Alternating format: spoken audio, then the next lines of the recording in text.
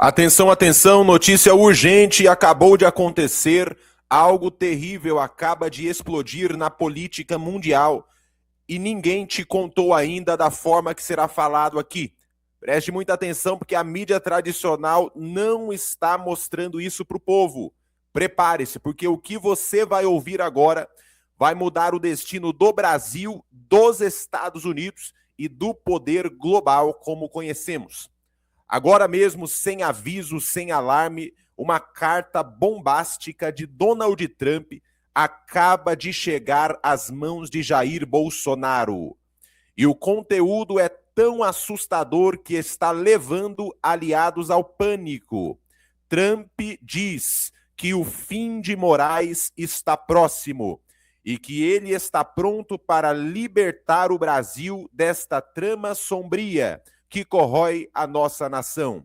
Este documento, vazado há minutos, está gerando choque total nos corredores do poder no Planalto.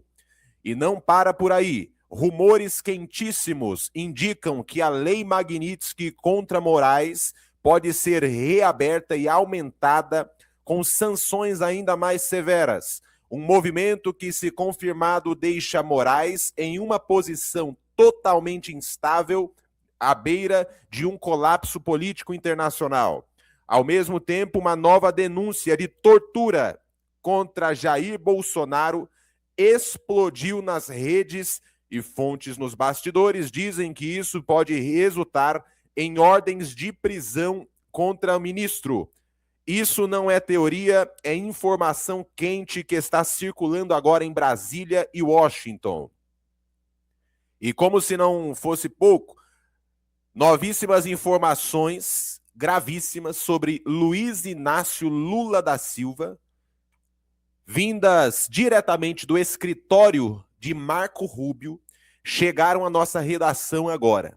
São dados tão pesados, meus irmãos, que, segundo vários insiders, Lula estaria em estado de pânico absoluto, vendo a sua base política desmoronar e aliados fugindo de posições públicas.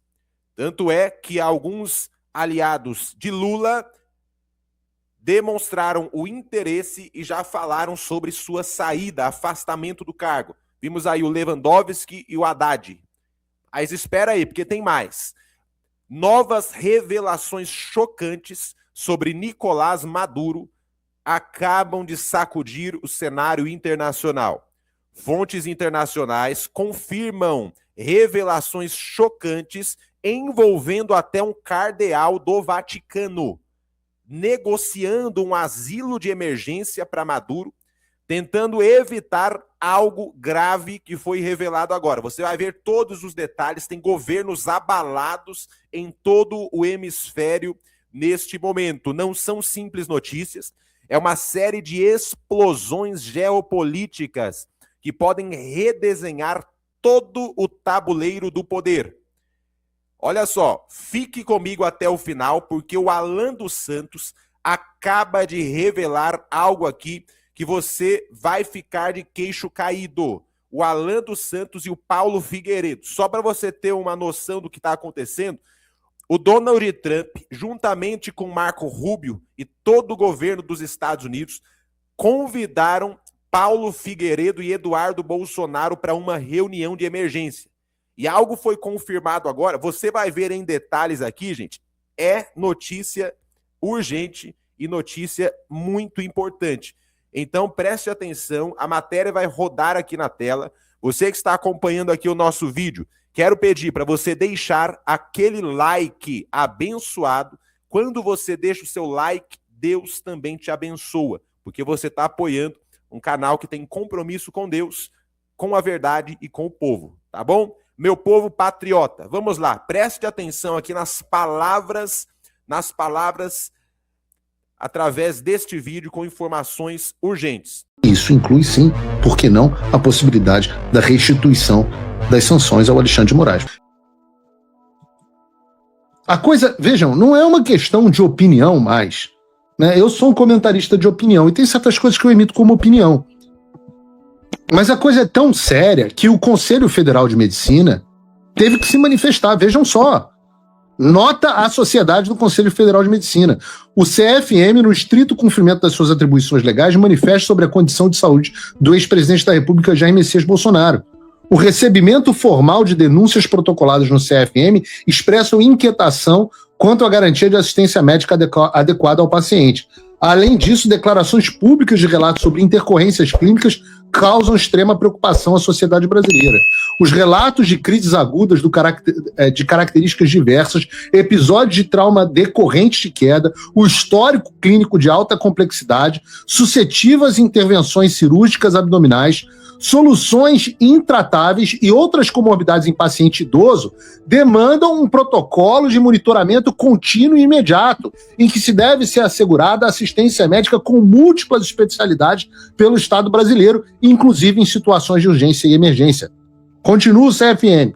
O CFM reafirma que a autonomia do médico assistente deve ser soberana na determinação da conduta terapêutica, não podendo sofrer influência de qualquer natureza por possuir presunção da verdade. Em obediência ao disciplinado em lei e ao Código de Processo Ético Profissional, o CFM determinou ao Conselho Regional de Medicina do Distrito Federal a imediata instauração de sindicância para apuração dos fatos. Brasília, 7 de janeiro de 2026. Ou seja, haverá uma sindicância para apurar a tortura que vem sofrendo o presidente Jair Bolsonaro. E eu disse agora há pouco que há um constrangimento da sociedade brasileira em ver, e o Carlos disse também, em ver o Alexandre torturando o Bolsonaro. Mas é claro que isso não vale para psicopatas. Psicopatas não têm capacidade empática por definição. Portanto, estão felizes, estão fazendo piadas. E eu não estou falando isso, psicopatia ou problemas mentais, como figura de linguagem. É um diagnóstico clínico. Pessoas que fazem piadas com gente idosa que se acidentou, pessoas idosas que se acidentaram, que tiveram traumatismo craniano, são pessoas que perderam a sua capacidade empática. E se vocês querem ver exemplos de como estas pessoas estão livres e leves e soltas, tentem não vomitar na tela. E eu peço perdão, porque ainda está perto da hora do almoço, então vocês ainda podem estar fazendo digestão. Tentem não vomitar vendo Daniela Lima comentar o caso. Sem graça. Não, vamos falar de Brasil. Vamos falar de Brasil. Vou voltar todo mundo aqui. Dona Carla, quem caiu da cama? Como assim? Quem caiu da cama? Aí teve um traumatismo craniano leve. Eu pensando aqui. É que eu não sei. Da cama virou pois é, Dani. Caiu da cama, virou eu demorei. Demorou para cair a ficha, mas na verdade até também demorou para o ex-presidente Jair Bolsonaro avisar que caiu da cama, né? Enfim, a gente mostrou aí nas reportagens do UOL. Eu não sei como alguém... É difícil colocar em palavras. Né? Eu sou um profissional das palavras, não sei o que dizer. Que coisa miserável, coisa triste, que podridão humana. Uma pessoa dessas falando em público, num veículo, chamando outros comentaristas. Quem foi o idoso que teve um traumatismo craniano leve? KKK.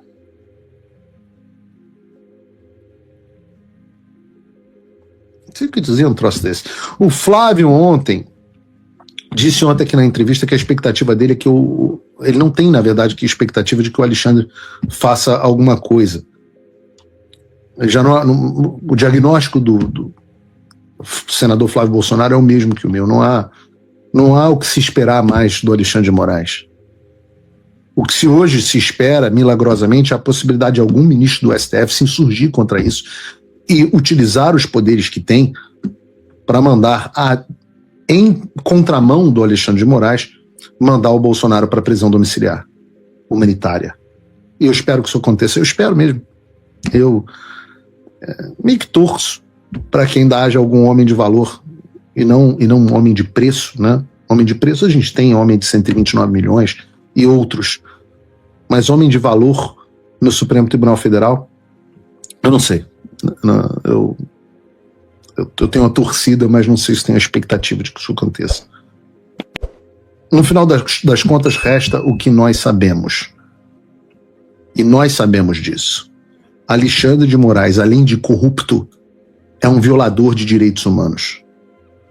Quando os Estados Unidos da América retiraram as sanções, e nós vamos voltar a esse assunto mais tarde, eles deixaram claro que a revogação não era uma revisão do que havia sido da classificação, era uma revogação por conta do interesse da política externa americana naquele momento.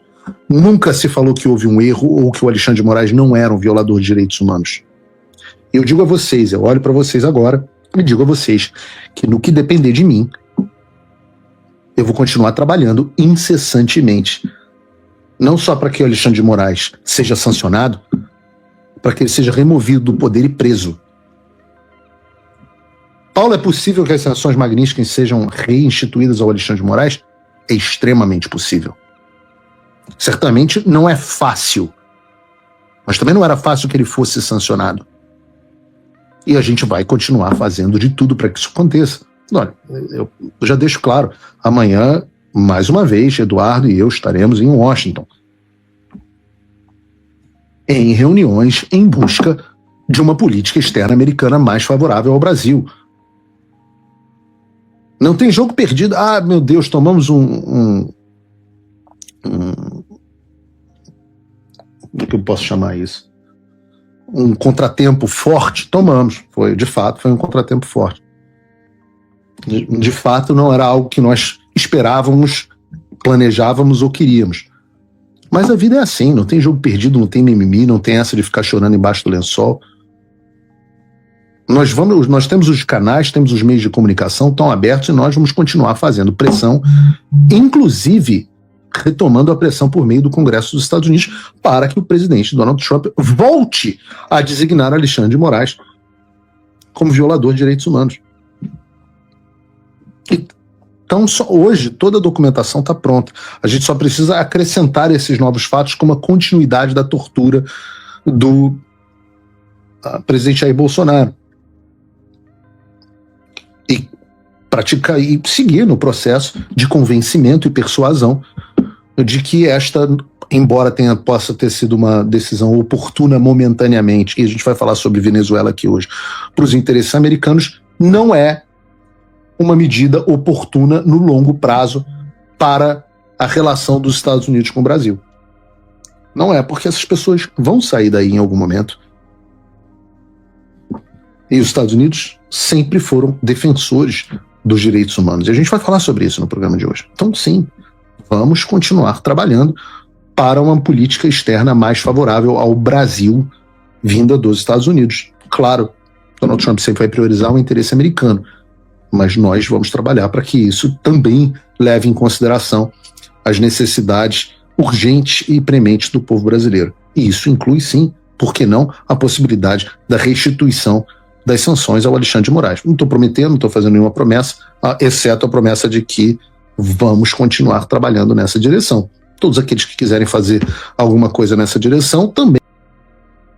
Muito obrigado pela sua audiência. Queremos agradecer a você que se inscreveu no canal, você que está sempre nos assistindo, é de extrema importância. Muita gente passa pelo canal, alguém manda assim, a timeline está falando desse assunto aqui, aí vem os curiosos, que não estão inscritos ainda, ou não sabem ainda se está inscrito ou não, e a pessoa fica ali sem saber. Manda para o seu amigo no WhatsApp, escreve mesmo para ele assim, youtube.com/, aí você bota @, e aí você escreve assim, Conversa Timeline, tudo juntinho. Se você escrever youtube.com/, Conversa Timeline, a pessoa cai direto no nosso canal e ela já vai ver ali o primeiro vídeo ao vivo, se ela chegar entre 12:00 e 3 da tarde.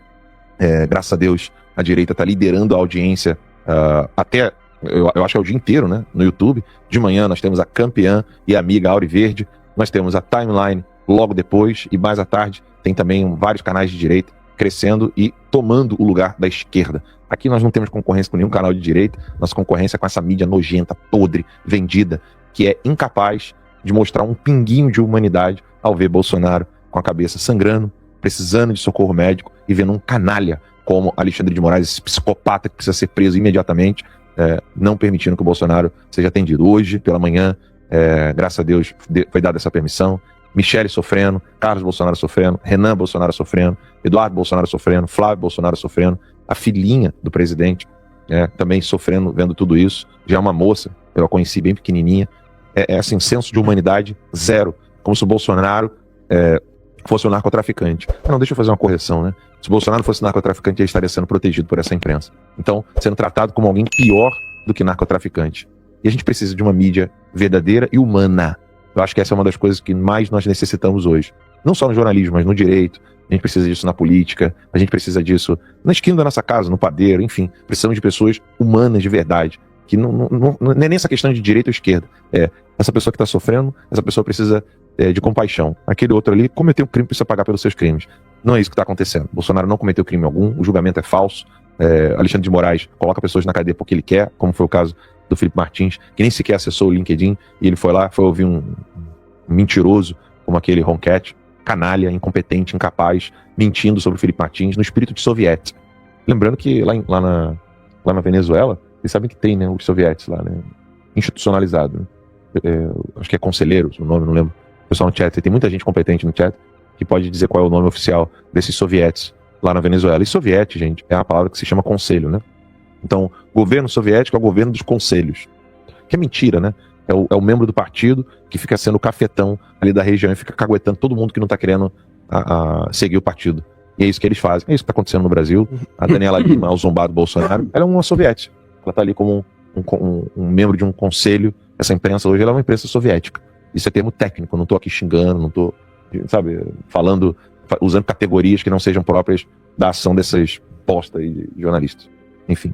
Você falou aí, se o Bolsonaro fosse um traficante, bom, provavelmente teria sido liberado pelo STF, né? Tipo o do rap. A gente está aguardando informações sobre o Jair Bolsonaro, né? Ele finalmente, mais de 24 horas depois da queda que ele teve na cela, no cubículo, como disse o Ramagem, que ele ocupa na Superintendência da Polícia Federal, finalmente o Alexandre de Moraes resolveu autorizar a ida do Bolsonaro ao hospital para a realização de exames. Ontem a gente teve aqui a participação de um neurocirurgião, o Vinícius Benites, que trouxe todas as informações, né, sobre o estado de saúde do Jair Bolsonaro e das condições que a Superintendência da Polícia Federal, infelizmente, não oferece para que ele tenha realmente, né, condições de cuidar da saúde. Ele passa 22 horas trancado numa cela de 12 metros quadrados. Ele não tem condições de se exercitar, ele não tem condições de fazer exercício com peso. E o Vinícius disse, médico, disse que é muito importante para todo mundo, mas principalmente para alguém da idade dele, com os problemas de saúde que ele tem decorrentes da facada que ele levou. O Vinícius também falou muito claramente sobre isso. Olha, qualquer pancada na cabeça de uma pessoa com 70 anos, ela tem que ser, examinada imediatamente. Tomografia. E não só agora, não, tá? Ele citou o exemplo do Lula, inclusive, que teve aquela queda, né, no banheiro, no Palácio da Alvorada, e 2 semanas depois surgiu lá um sangramento interno por causa dessa queda. Não naquele momento, né, foi um corte, levou pontos, né, sutura, sangrou, mas internamente surgiu um hematoma, teve um sangramento. Ele falou, olha, o Bolsonaro tem que passar por exames agora corriqueiros, depois dessa pancada na cabeça. Então a gente está aguardando as informações. O que a gente sabe, né, hoje é que o estado de saúde dele é realmente delicado, né? Ele teve uma queda, ele aparentemente caiu da cama por volta de 5 da manhã de ontem, terça-feira. Teve um traumatismo craniano leve e apresenta um corte na região da bochecha. Aí a equipe médica da Polícia Federal disse que não identificou necessidade de encaminhamento hospitalar, sendo indicada apenas observação. Um absurdo completo. E aí um dos médicos do Jair Bolsonaro conseguiu examiná-lo ontem à noite, o cardiologista clínico Brasil Caiado. Ele disse que o ex-presidente apresenta apatia e lentidão nas respostas em razão da queda sofrida dentro da cela da Superintendência da Polícia Federal em Brasília. A equipe da Superintendência da Polícia Federal detectou, como disse o Ramagem, esse acidente apenas às 8 da manhã, 3 horas depois, portanto, da queda, né? Então, isso é outro indicativo que o Bolsonaro está abandonado numa cela, praticamente abandonado.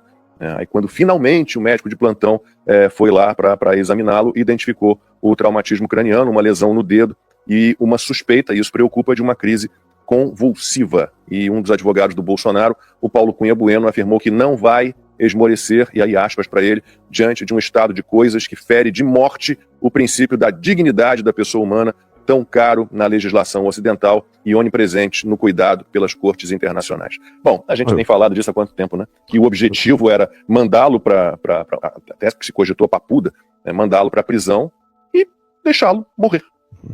Acho que essa sempre foi a ideia, né? Por mais que neguem, Primeiro, o quadro ali é que, se comparado a qualquer preso, qualquer traficante que esteja preso, se há um incidente, um acidente dessa forma, que houve, ali já foi diagnosticado com um traumatismo craniano médico leve, e que ele necessite, como os médicos colocaram, de uma ressonância magnética, de uma tomografia computadorizada e ainda um eletroencefalograma, ele tem que ser encaminhado ao hospital imediatamente, ainda mais um senhor de idade. Esse é o quadro. Agora, não podemos esquecer jamais, o presidente Bolsonaro está nessa situação pelo quadro, desde a facada que ele levou em 6 de janeiro de 2018, em campanha eleitoral, que quase tirou, por um milagre de Deus, não tirou sua vida, de quantas cirurgias ele já vem passando, que seu quadro clínico de saúde só tende a piorar desde esse incidente, e agora, há pouco tempo, nessa semana que ele estava hospitalizado por fazer procedimentos cirúrgicos. Quantos procedimentos cirúrgicos ele fez agora? Foram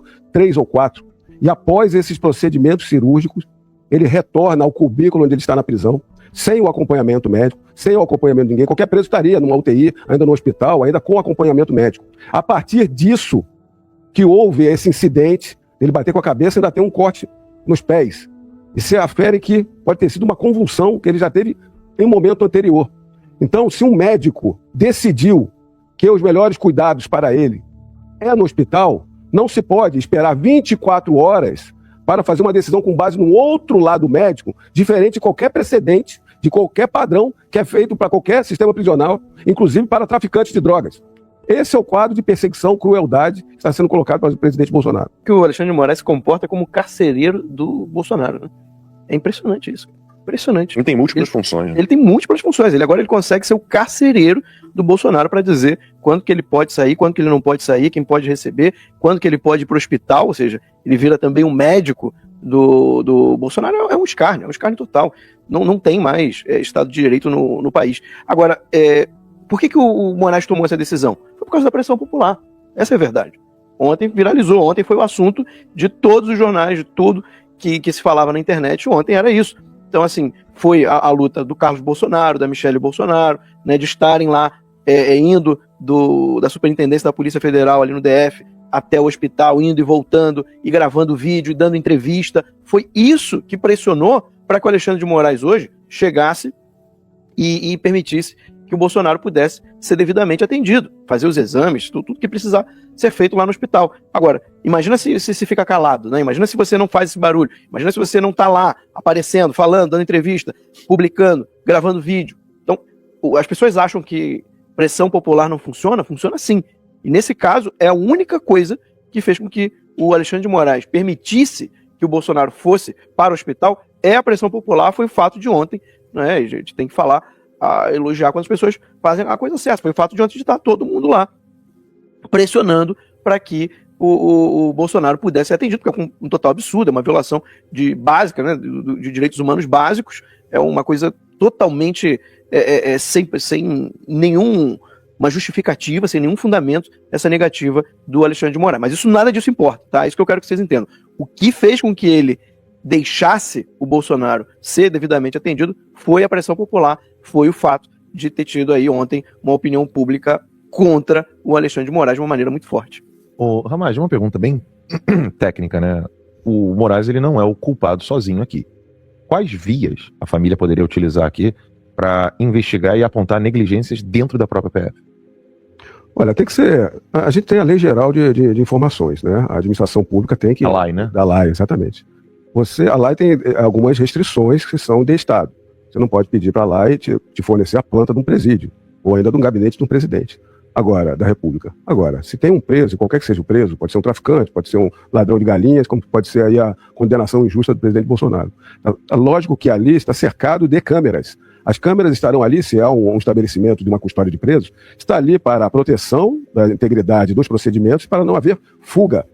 Então, se no caso do presidente Bolsonaro, inventaram uma cela, construíram uma cela para ele, só para ele, já estavam esperando, antes do julgamento acabar, já tinham construído aquela cela ali, para colocá-lo. Ali é uma questão insalubre que chega à tortura, porque os relatos que se tem ali é de que há um barulho no ar-condicionado colado à cela, com barulho permanente, contínuo o tempo todo na cabeça da pessoa ali. É lógico que isso é uma tortura mental na pessoa. Um cubículo que uma pessoa precisa, qualquer preso tem essa possibilidade de banho de sol, de andar, estar livre ali no complexo, todos os presos desses presídios, assim, está negado ao presidente Bolsonaro. Um presidente Bolsonaro que está vindo de vários procedimentos cirúrgicos. Ele precisa de uma reabilitação de saúde. Acontece ele ficar preso imóvel, preso ele está, preso imóvel, ele vai perdendo, inclusive, a sua massa muscular. Isso deteriora e acaba com a sua recuperação, que poderia ser natural. Essa é mais uma forma de acabar, de matar o presidente Bolsonaro. Então, todas as medidas são